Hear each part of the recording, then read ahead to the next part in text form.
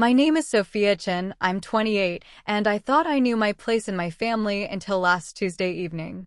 Standing outside Chez Laurent, the most expensive restaurant in downtown Seattle, clutching a beautifully wrapped anniversary gift, I watched through the floor-to-ceiling windows as my parents celebrated their 30th wedding anniversary with what looked like half the city's elite.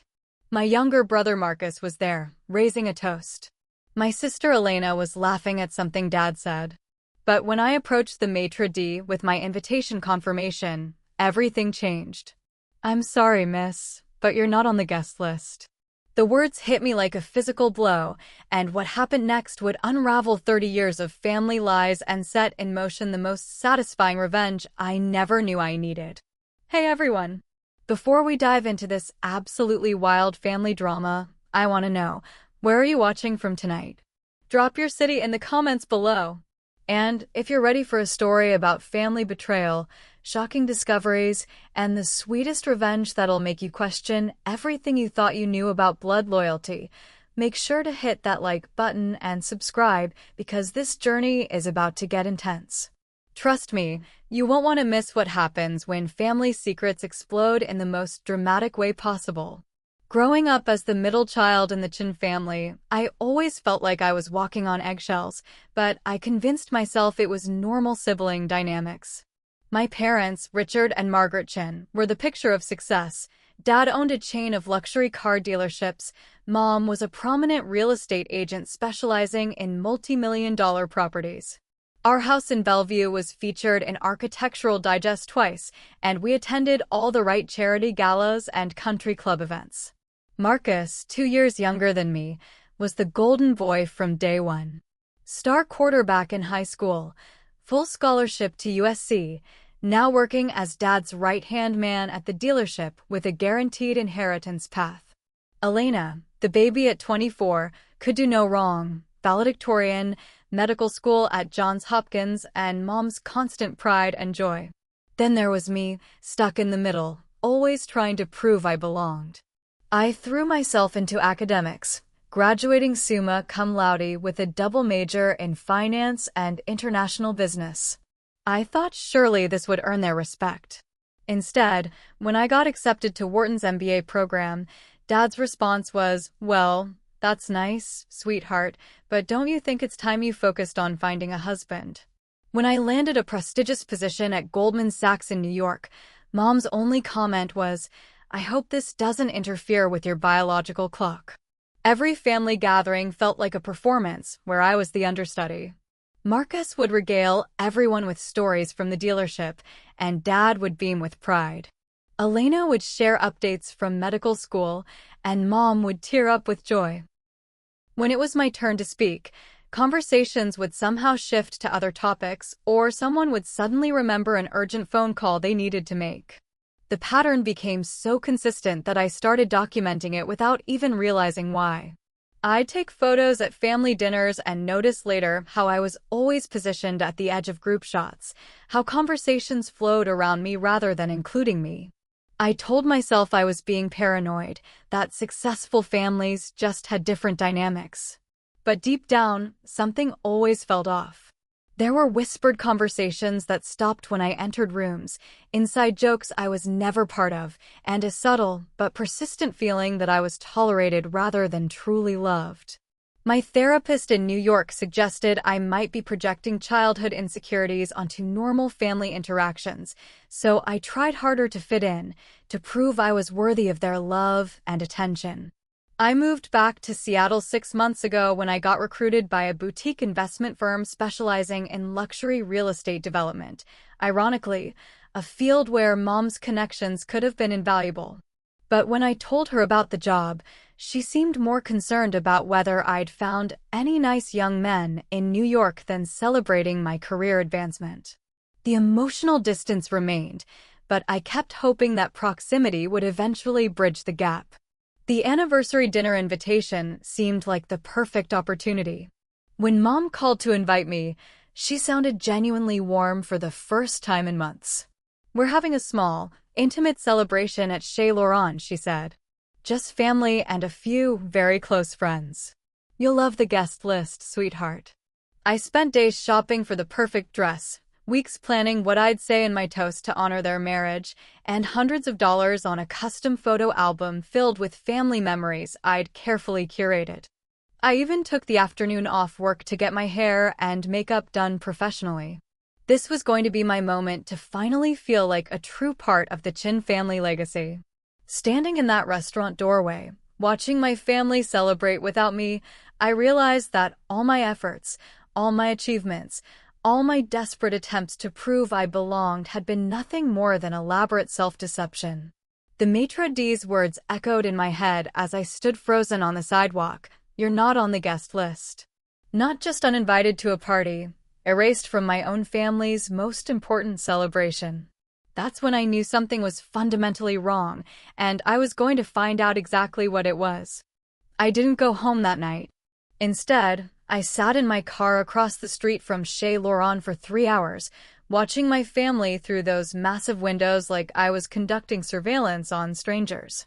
The party looked magnificent, elegant floral arrangements, champagne flowing freely, a jazz quartet playing in the corner. I counted at least 50 guests, all dressed impeccably, all laughing and embracing my parents like they were celebrating royalty. What struck me most wasn't just that I wasn't invited, it was how seamlessly the evening flowed without me. No one looked around wondering where I was. No one checked their phones for messages from the missing daughter. Marcus gave what appeared to be a heartfelt speech, and Elena presented Mom and Dad with what looked like an expensive gift. The celebration was complete without me, as if I had never existed. I started taking photos through the window, initially just to document the surreal experience, but then I noticed something interesting. Several of the guests looked familiar, but I couldn't place them immediately. There was an older Asian woman who seemed particularly close to Mom, hugging her multiple times throughout the evening. A distinguished man with silver hair who appeared to know Dad extremely well, based on their animated conversation and frequent backpatting. When I got home, I uploaded the photos to my laptop and began what I can only describe as a deep dive investigation that would make any private detective proud. I enhanced the images, cropped faces, and started reverse searching them on social media and professional networking sites. What I discovered over the next few days would change everything I thought I knew about my family. The older Asian woman was Dr. Linda Wu, a prominent pediatrician who had been practicing in Seattle for over 30 years. Her LinkedIn profile showed connections to several fertility clinics and adoption agencies. The silver-haired man was James Morrison, a partner at one of the city's most exclusive family law firms, specializing in what his website diplomatically called complex family arrangements and inheritance planning. But it was a younger woman in the background of one photo who really caught my attention. She looked remarkably similar to me, same bone structure, same eye shape, even similar mannerisms based on the candid shots I'd captured. I'd never seen her before in my life, but something about her presence at my parents' anniversary dinner felt significant. I spent my lunch breaks that week doing reconnaissance that would have impressed the FBI. I discovered that Dr. Wu had attended at least 6 major Chin family events over the past decade, based on social media posts I found through extensive cross-referencing. James Morrison had been photographed at our country club multiple times, always in deep conversation with Dad. The mysterious woman who looked like me appeared in several recent photos posted by extended family members I barely knew existed. My investigation skills, honed by years of due diligence work in finance, kicked into overdrive. I created spreadsheets tracking relationships, timelines, and connections. I analyzed credit reports I legally obtained through work connections. I even hired a private investigator, telling him I needed background checks for potential business partners, technically not a lie, since family dynamics certainly affected my business relationships. The most unsettling discovery came when I was going through old family photos, looking for any sign of the people I'd seen at the anniversary dinner. In a box of pictures from my childhood, I found several where I was notably absent from family groupings, but there were always explanations. I was in the bathroom, or getting something from the car, or helping in the kitchen. But when I lined up these photos chronologically, a pattern emerged that made my stomach drop. In pictures from significant family events, holidays, birthdays, graduations, I was consistently missing from the most important moments. The formal family portraits for Christmas cards, the celebration photos when Marcus got his scholarship, the proud family shots at Elena's high school graduation. I was present for casual snapshots and candid moments, but absent from anything that felt ceremonial or official. I started calling family members I hadn't spoken to in years, casual conversations where I'd slip in questions about family history and genealogy. My cousin Jennifer mentioned something that stopped me cold. "Oh, you know how complicated families can be. Sometimes the most important relationships aren't the ones you expect." When I pressed for details, she quickly changed the subject, but her tone suggested she knew something I didn't. The final piece of evidence came from an unexpected source. While organizing financial documents for my tax preparation, I found my birth certificate, which I hadn't looked at closely since getting my passport renewed 5 years earlier. Something about the document looked different than I remembered, though I couldn't pinpoint exactly what. The paper seemed newer than it should be for a document that was supposedly 28 years old, and the printing quality looked inconsistent with other official documents from that time period. I made an appointment with the Vital Records office, ostensibly to get additional certified copies for work purposes. The clerk, a chatty woman nearing retirement, mentioned that she'd been working there for over 30 years and had seen all kinds of interesting cases. "You'd be amazed," she said, "how many people discover their birth certificates aren't quite what they seem. Adoptions that were never discussed, parentage that gets clarified later, family situations that evolve over time." That night, I sat in my apartment with all my evidence spread across my dining room table like a conspiracy theorist's war room. Photos, timelines, legal documents, genealogy notes, and a growing certainty that my entire life had been built on a foundation of carefully constructed lies. Whatever the truth was, it involved medical professionals, lawyers, and family members who had been keeping secrets for decades. I was about to discover that being uninvited to my parents' anniversary dinner wasn't an oversight or a cruel snub. It was the first crack in an elaborate deception that was finally beginning to crumble. I decided to confront Dr. Linda Wu first, reasoning that medical professionals might be more likely to provide honest answers when pressed. I made an appointment at her clinic under the pretense of needing a new primary care physician, then spent an hour in her waiting room rehearsing how to bring up my parents without seeming completely unhinged. Dr. Wu was a petite woman with kind eyes and a gentle demeanor that immediately made me understand why she'd been successful in pediatrics for 3 decades. But when I mentioned that I was Richard and Margaret Chen's daughter, her entire expression changed. The warmth disappeared, replaced by something that looked remarkably like guilt. "Sophia," she said quietly, setting down her tablet. I wondered when this day might come. She was quiet for a long moment, clearly wrestling with some internal decision. "Your parents are wonderful people who found themselves in an impossible situation many years ago. I helped them navigate that situation with love and good intentions." I pressed her for details, but she maintained professional boundaries while dropping just enough hints to confirm my suspicions. "Sometimes," she said carefully, "the families we create are more important than the ones we're born into. Your parents love you deeply, but love can be complicated when there are previous commitments and unexpected circumstances." She wouldn't say more, but she did give me what felt like a meaningful look when she handed me a business card for a genetic counseling service. "Sometimes," she said, "understanding our biological history can provide clarity about our personal relationships." The genetic counselor, Dr. Sarah Martinez, was much more straightforward. After explaining that I was researching family medical history for preventive health purposes, I provided a saliva sample for comprehensive genetic testing. The results would take 2 weeks, but Dr. Martinez offered to include extended family matching services that might connect me with biological relatives. While waiting for those results, I decided to approach James Morrison, the family lawyer. This required more strategic planning. I couldn't simply make an appointment without raising suspicions, so I used my professional network to engineer what appeared to be a coincidental meeting at a legal conference on estate planning. Morrison was exactly what you'd expect from a high-end family attorney, impeccably dressed, expertly groomed, and skilled at saying a great deal while revealing nothing substantial.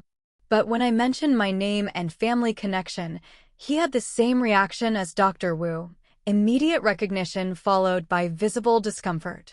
"Your father is a valued client," he said carefully. "We've worked together on some very sensitive family matters over the years. Complex situations that required discretion and careful legal planning." He paused, studying my face intently. "You look remarkably like someone I knew many years ago. Someone who made a very difficult decision with grace and dignity." I pushed for more information, but Morrison was too experienced to reveal privileged information. However, he did mention something that sent chills down my spine. "Your parents have always been very concerned about protecting everyone involved in their family arrangements. Sometimes that protection requires difficult choices about inclusion and exclusion." The genetic testing results arrived on a Tuesday morning that started like any other day, but ended with my entire worldview shattered. According to the comprehensive analysis, Richard and Margaret Chin were not my biological parents. The report showed no genetic relationship whatsoever between us, which meant I wasn't just the odd one out in my family. I wasn't actually part of the family at all.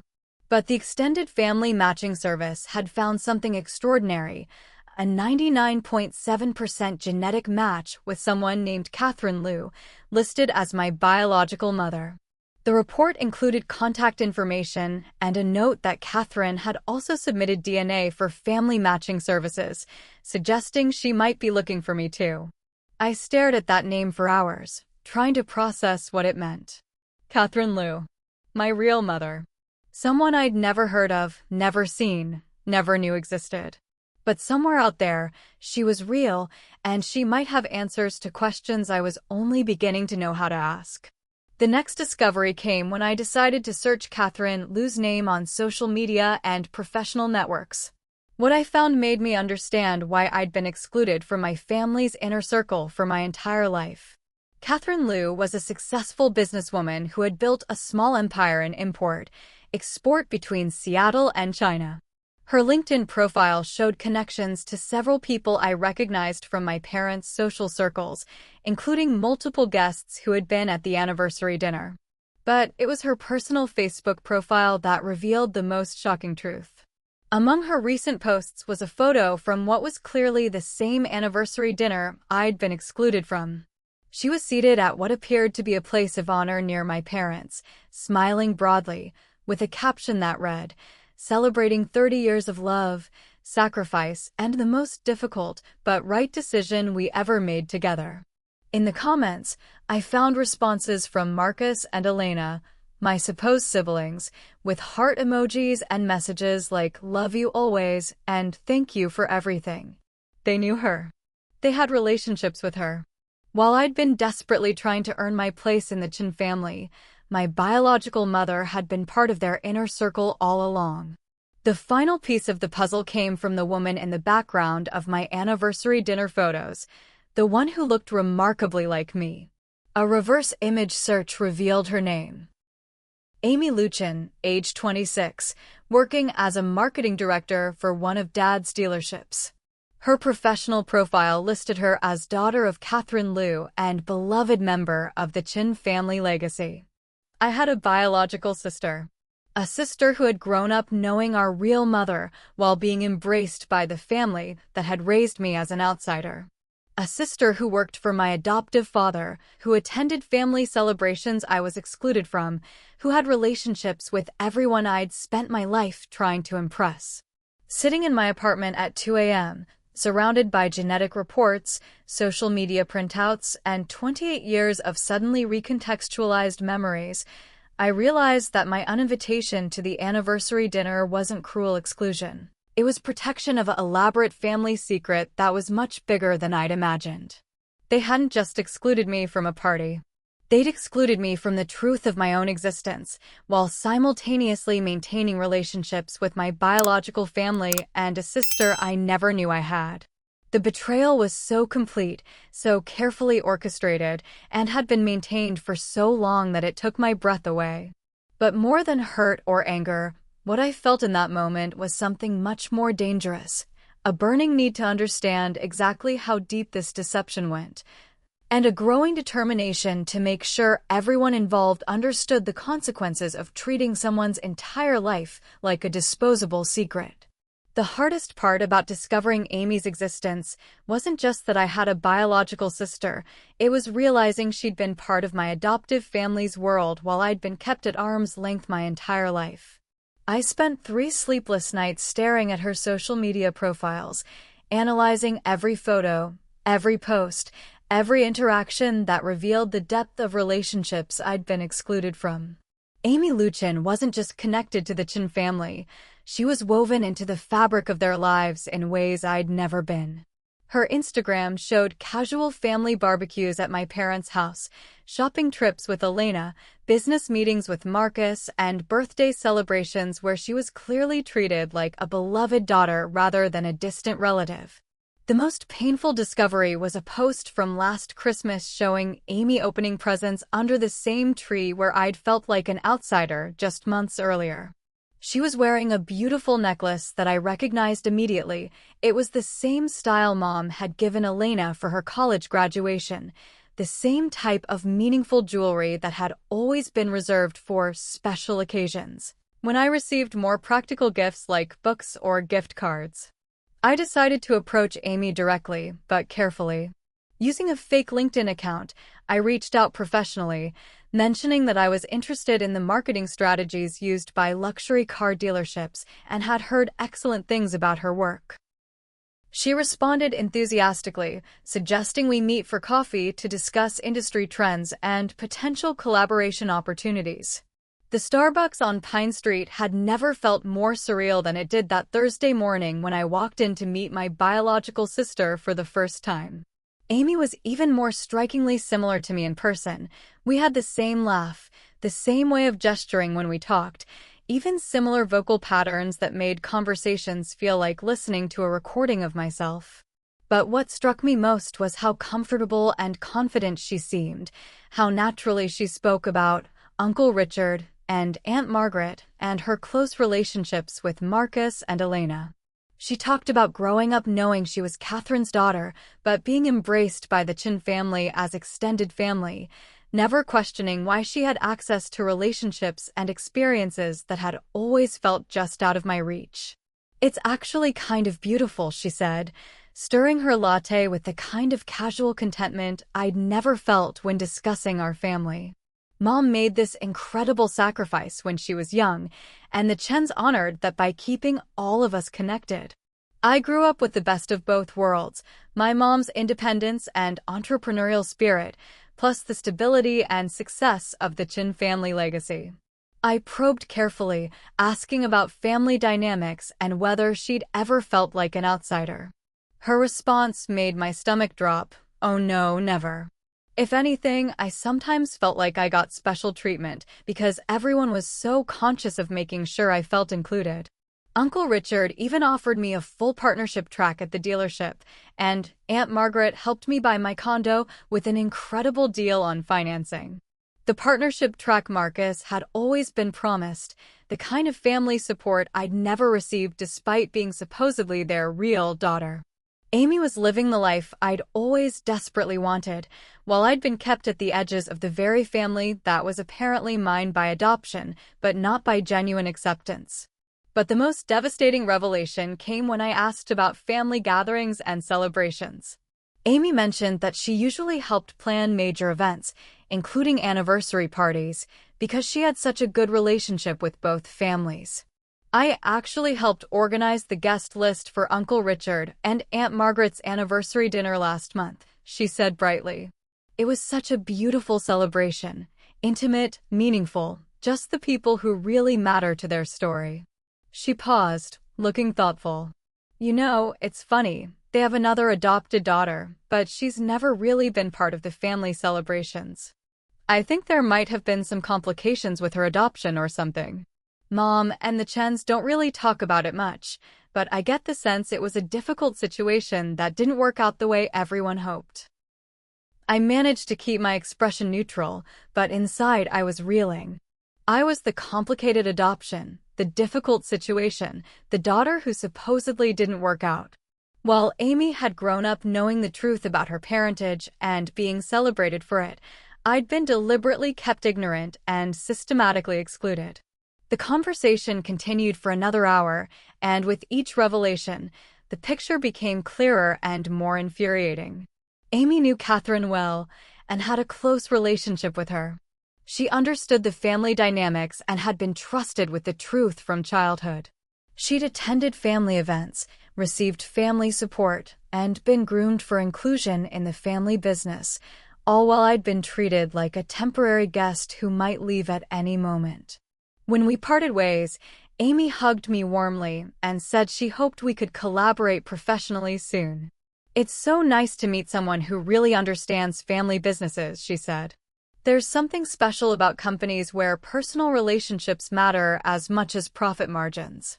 I sat in my car after she left, trying to process what I'd learned, but mostly feeling a rage so pure and focused that it scared me.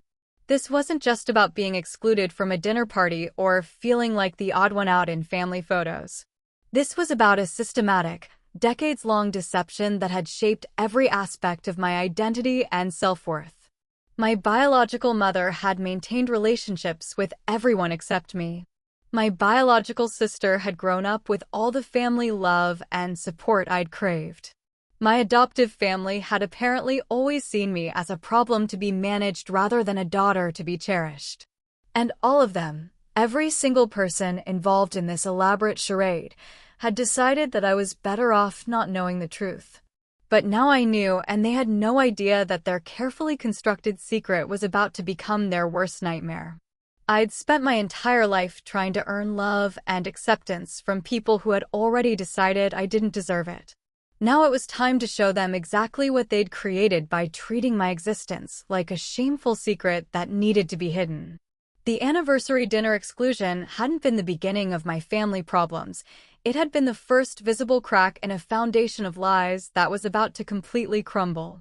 And unlike the dutiful, desperate daughter I'd always been, the woman who was about to confront them would be someone they'd never met before, someone with nothing left to lose and everything to gain by burning down the facade they'd spent 30 years maintaining.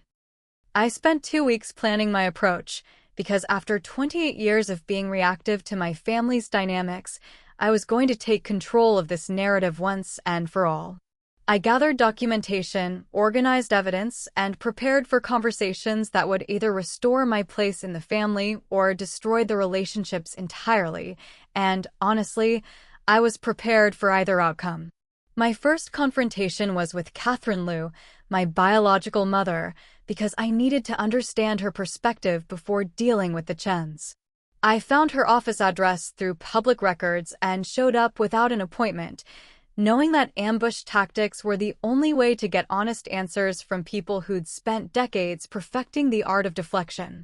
Catherine's export company was housed in a gleaming downtown office building, and her personal suite reflected the same sophisticated taste I'd always admired in my adoptive family's decorating. When her assistant announced that Sophia Chen was there to see her, I heard a sharp intake of breath from behind the closed office door, followed by a long pause before she agreed to meet with me. Catherine Liu was elegant, successful, and bore such a striking resemblance to both Amy and me that there was no question about our biological connection. But when she looked at me, what I saw in her eyes wasn't maternal love or curiosity. It was fear, guilt, and something that looked uncomfortably like disappointment. "I wondered if this day would come," she said, echoing Dr. Wu's words from weeks earlier. "You look exactly like I did at your age, but you have Richard's determination in your eyes." That combination was always going to be dangerous. She invited me to sit, poured tea from an expensive service, and began telling me a story that recontextualized everything I thought I knew about my origins. According to Catherine, she and Richard Chin had had an affair when she was 22, and he was newly married to Margaret. When she became pregnant, they faced an impossible situation. Richard couldn't leave his wife without destroying his family's reputation and business connections, and Catherine couldn't raise a child alone while building her career in a male-dominated industry. The adoption was supposed to be temporary, she explained, her voice carefully controlled.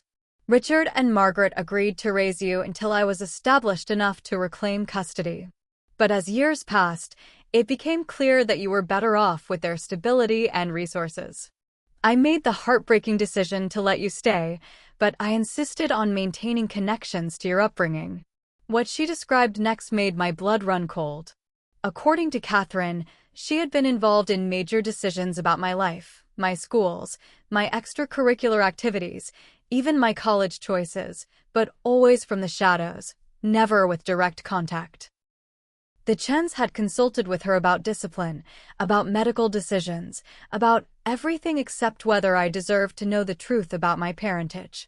When Amy was born 2 years later, Catherine continued, her father was a wonderful man I met through business, but we weren't compatible for marriage. I was more established by then, more confident about combining motherhood with career demands. Amy grew up knowing both her biological and extended family because I was in a position to make that work. I asked the question that had been burning inside me since discovering Amy's existence. Why was she included in family celebrations when I was excluded? Catherine's answer revealed the depth of the betrayal I was still uncovering. Amy's situation was simpler. She was my acknowledged daughter being welcomed as extended family. Your situation was more complicated. Richard and Margaret worried that including you in family events alongside Amy and me would raise questions they weren't prepared to answer. They thought it was kinder to maintain distance than to risk exposure that might hurt everyone involved. Kinder. They thought it was kinder to exclude me from my own family rather than trust me with the truth. They thought it was kinder to let me spend decades feeling like a failure at earning love that was supposedly unconditional. They thought it was kinder to watch me struggle with belonging while actively preventing me from understanding why belonging felt so impossible.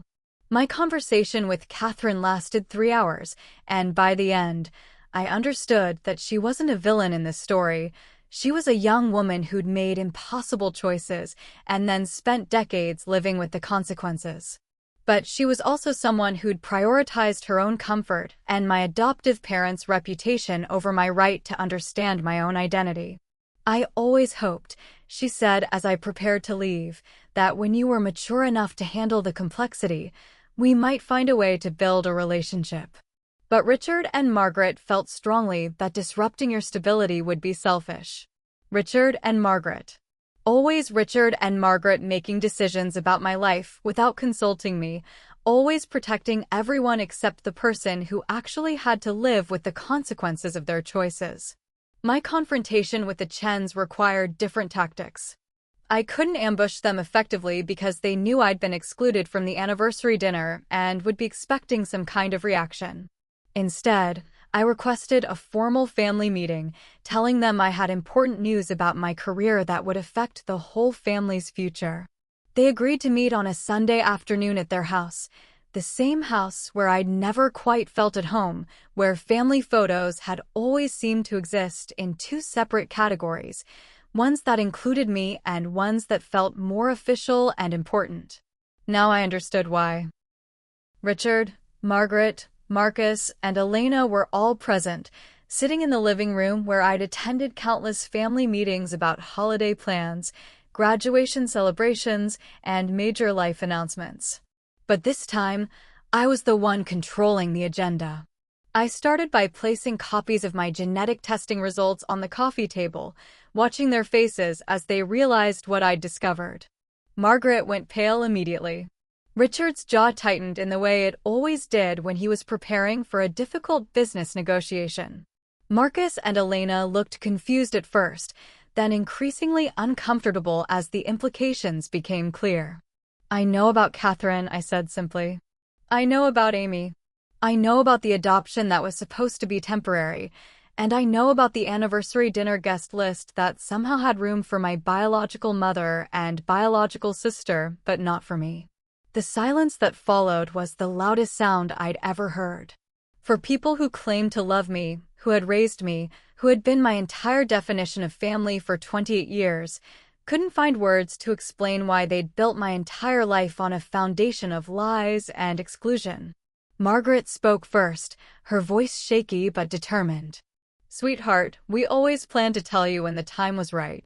But the situation was so complex and we didn't want to hurt you or make you feel. Make me feel what? I interrupted. Unwanted? Excluded? Like I didn't belong? Because that's exactly how I felt my entire life, and now I understand why.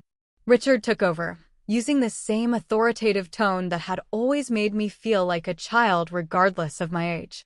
The decisions we made were to protect everyone involved, including you. Catherine agreed that maintaining some distance was the best way to ensure. Catherine agreed. I stood up, feeling 28 years of suppressed anger finally finding its voice. You all agreed. Every single one of you agreed to treat my life like a secret that needed to be managed. Did any of you ever consider asking what I might want? Did any of you think I deserved the chance to know my biological mother, my biological sister, my own history? Marcus tried to jump in with damage control, but I wasn't finished. Elena started crying, which had always been her way of derailing difficult conversations, but I ignored her tears. This wasn't about their comfort anymore. I told them about meeting Amy, about learning that she'd grown up with family support and inclusion while I'd been kept at arm's length. I told them about the anniversary dinner and how it felt to watch my own family celebrate without me while embracing the daughter who apparently deserved to know the truth about her parentage. You raised me to believe I was your daughter, I said, looking each of them in the eye. But you treated me like a temporary inconvenience who might leave at any moment. You gave me a name, a home, and education, but you never gave me honesty or real inclusion. And now I know why, because I was never really part of this family. I was just an obligation you fulfilled while maintaining relationships with my real family behind my back. The confrontation lasted for hours, filled with tears, explanations, justifications, and apologies that felt decades too late. By the end, I understood that they'd convinced themselves they were protecting me, but what they'd actually been protecting was their own comfort and reputation. They'd kept me ignorant because the truth was messier than the fiction. They'd excluded me from Catherine and Amy because including me would have required acknowledging the deception.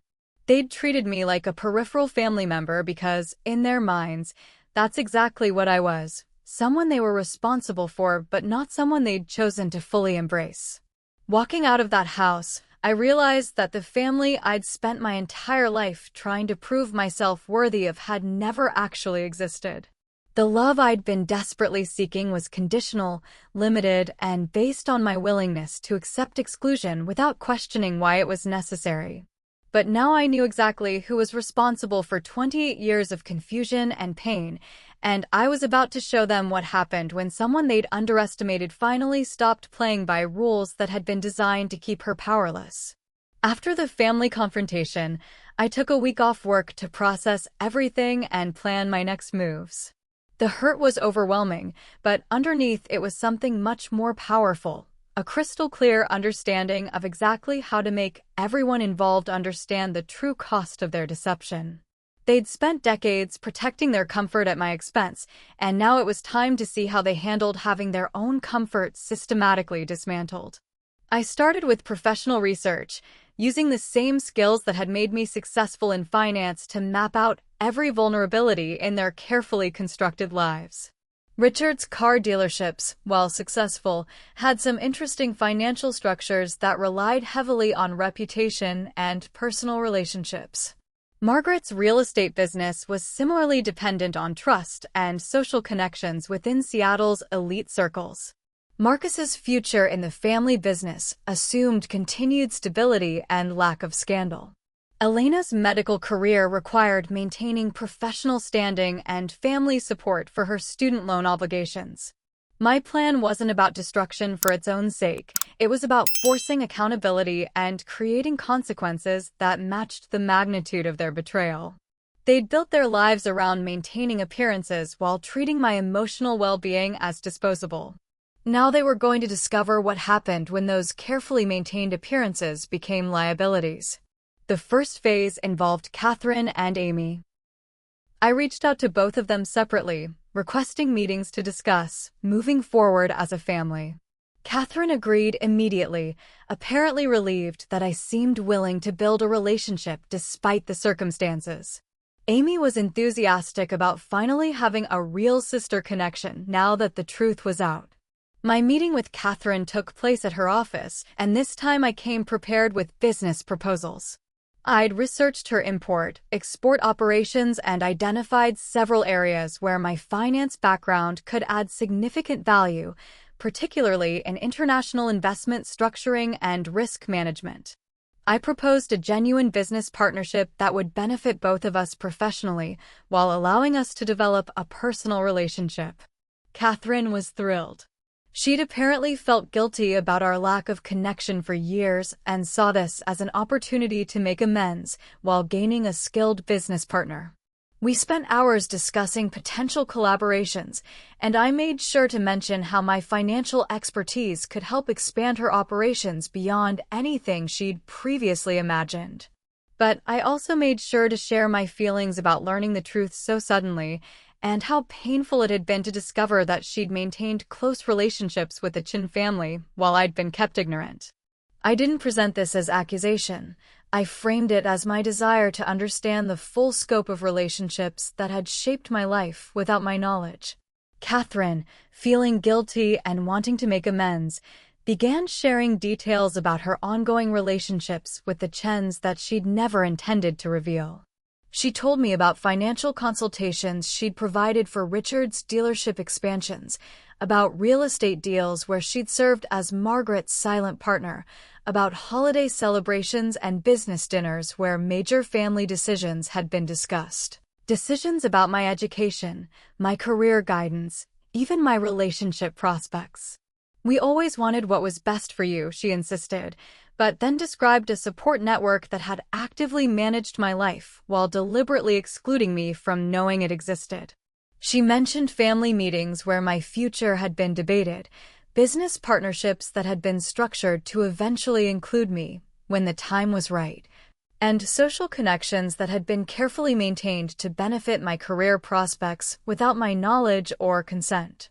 My meeting with Amy was even more revealing.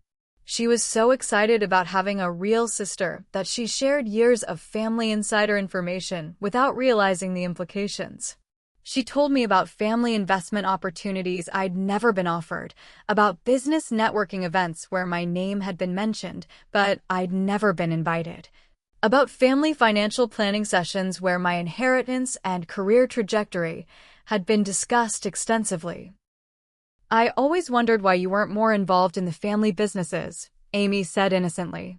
"You're obviously brilliant with finance, and everyone always said they were preparing opportunities for you. I thought maybe you weren't interested in family enterprises." But the most valuable information Amy shared was about upcoming family events and business meetings. She mentioned a major family financial planning session scheduled for the following month, where the Chin family's long-term investment strategy and inheritance planning would be finalized. She also told me about a charity gala that both families sponsored together, where major business announcements were traditionally made. With this intelligence, I began phase 2 of my plan, strategic disclosure. I started with their professional circles, but subtly and carefully. I joined several Seattle business networking groups where Richard and Margaret were prominent members. At casual networking events, I would mention my recent discovery of my biological family and how amazing it was to learn about the business relationships between the Chens and the Lius that had been part of my life without my knowledge. The conversations were always framed positively. I expressed gratitude for the support network that had been working behind the scenes. amazement at the business collaborations I was just learning about, and excitement about finally being included in family enterprises I'd never known existed. But the subtext was impossible to miss. This was a family with secrets, and those secrets were starting to emerge in very public ways. The reaction from their social and business circles was immediate and predictable. People began asking questions about family dynamics they'd never thought to examine. Business partners started wondering what other information might have been withheld or managed without full transparency. Social connections began reassessing their understanding of family relationships they'd taken for granted.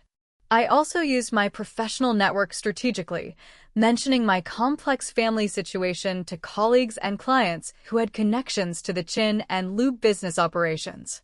In the finance world, trust and transparency are everything, and the suggestion that major business relationships involved undisclosed family complexities made people nervous about potential conflicts of interest or hidden liabilities. The third phase involved documentation. I began requesting copies of all legal documents related to my adoption, my education funding, my medical history, and any financial arrangements that had been made on my behalf throughout my life.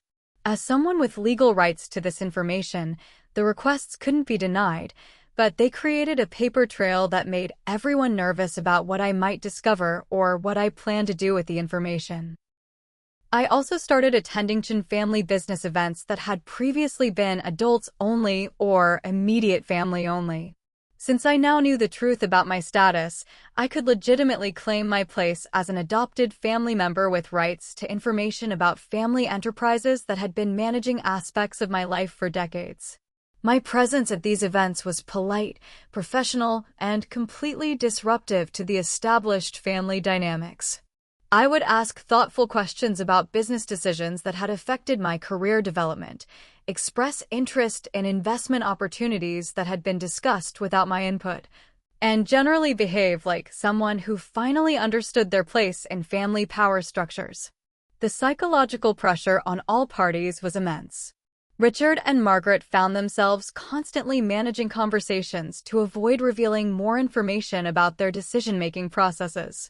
Marcus and Elena had to navigate family gatherings where their adopted sister was suddenly an informed participant rather than a peripheral observer. Catherine and Amy had to balance their excitement about building relationships with me against their discomfort about how those relationships highlighted the deception that had been maintained for decades.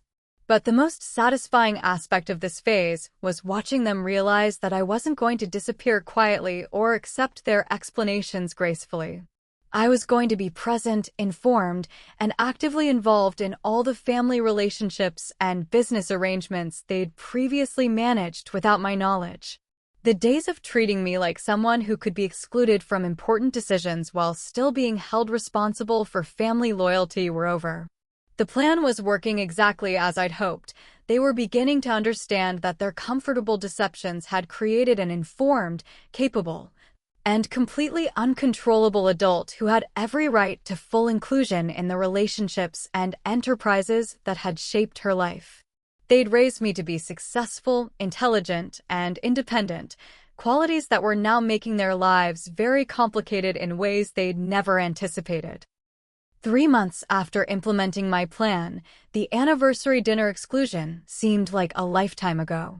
The family dynamics had shifted so completely that Richard and Margaret were now actively competing for my attention and approval, while Marcus and Elena found themselves navigating sibling relationships they'd never had to take seriously before. The charity gala that Amy had mentioned became the perfect stage for the final act of my revenge, though by then it felt less like revenge and more like natural consequences, finally catching up with decades of deception.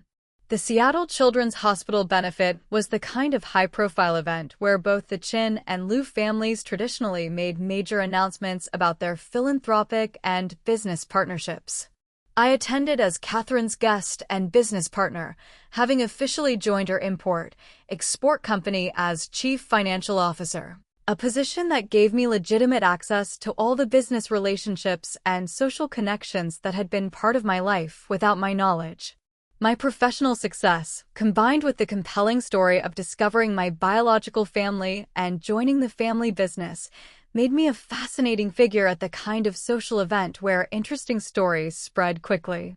But the real satisfaction came from watching Richard and Margaret navigate conversations where they could no longer control the narrative about their family dynamics.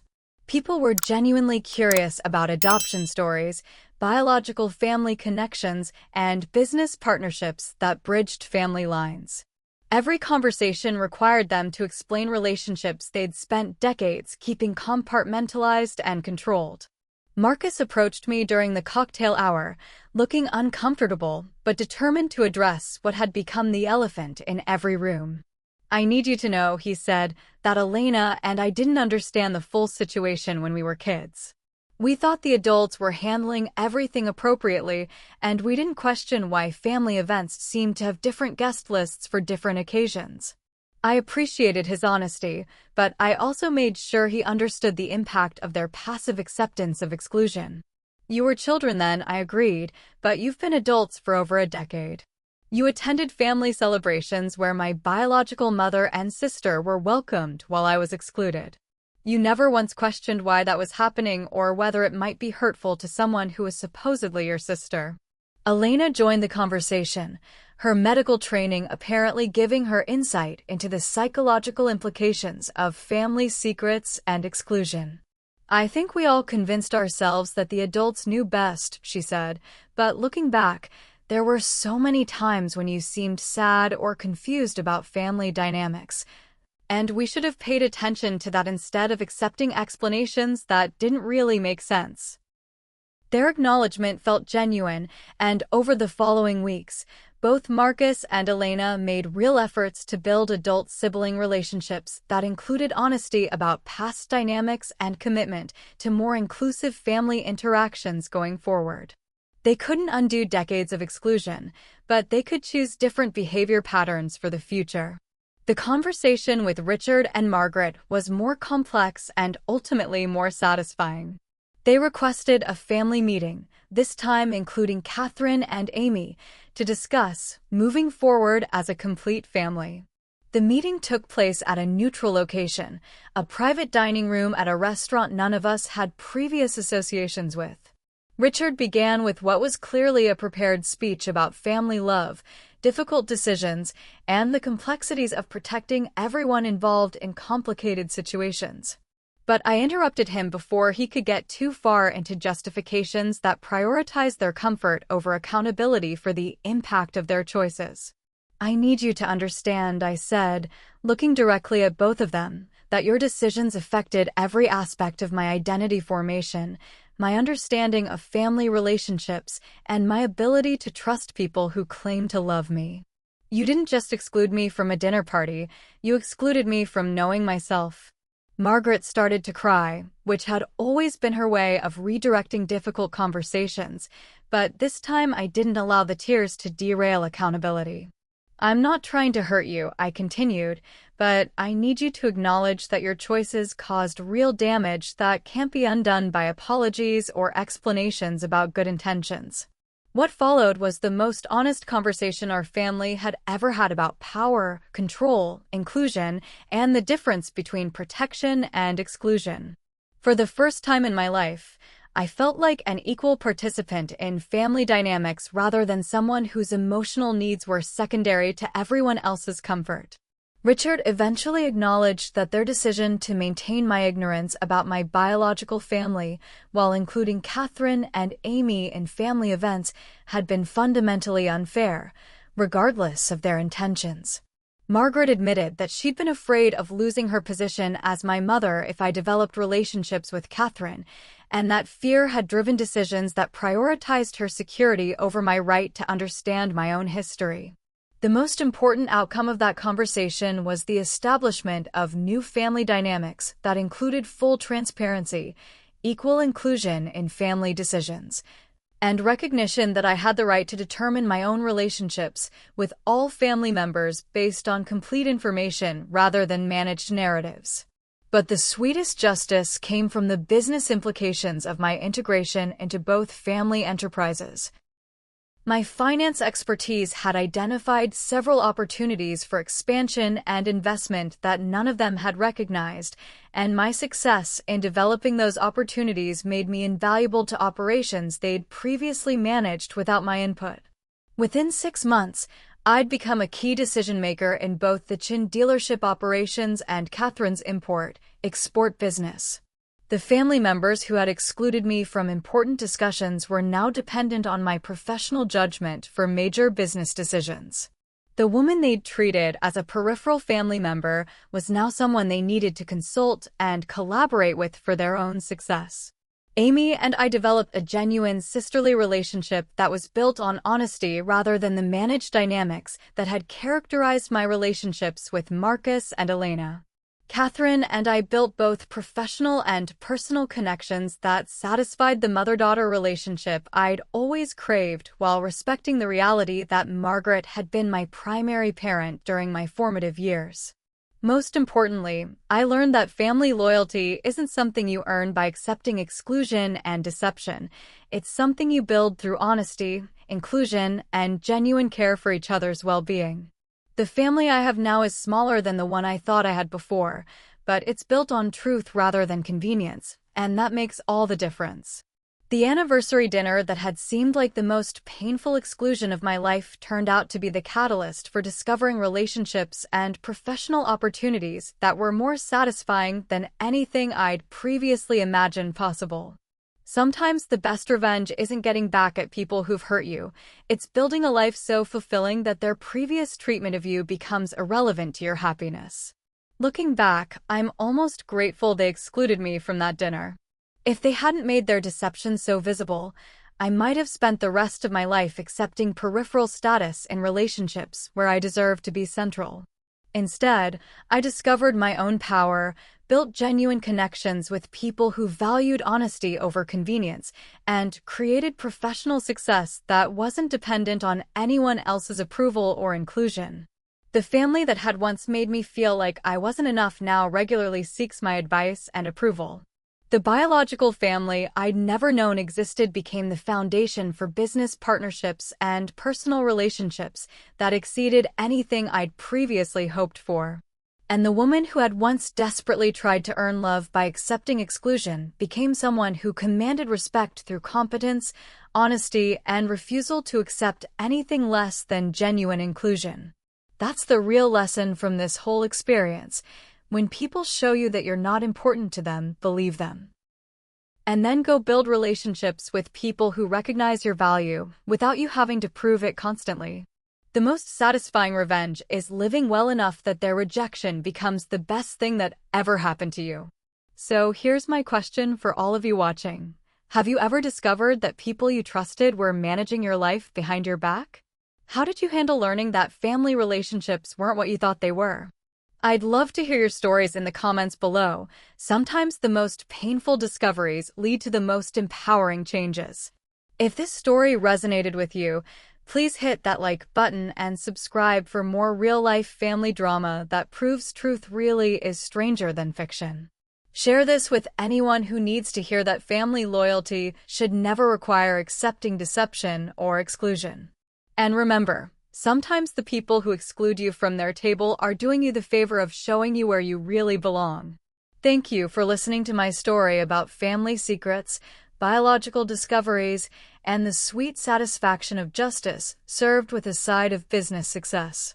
I hope it reminds you that you deserve relationships built on honesty and inclusion, and that sometimes the most painful rejections lead to the most beautiful new beginnings. Until next time, remember that your worth isn't determined by who includes you, but by how you choose to respond when they don't.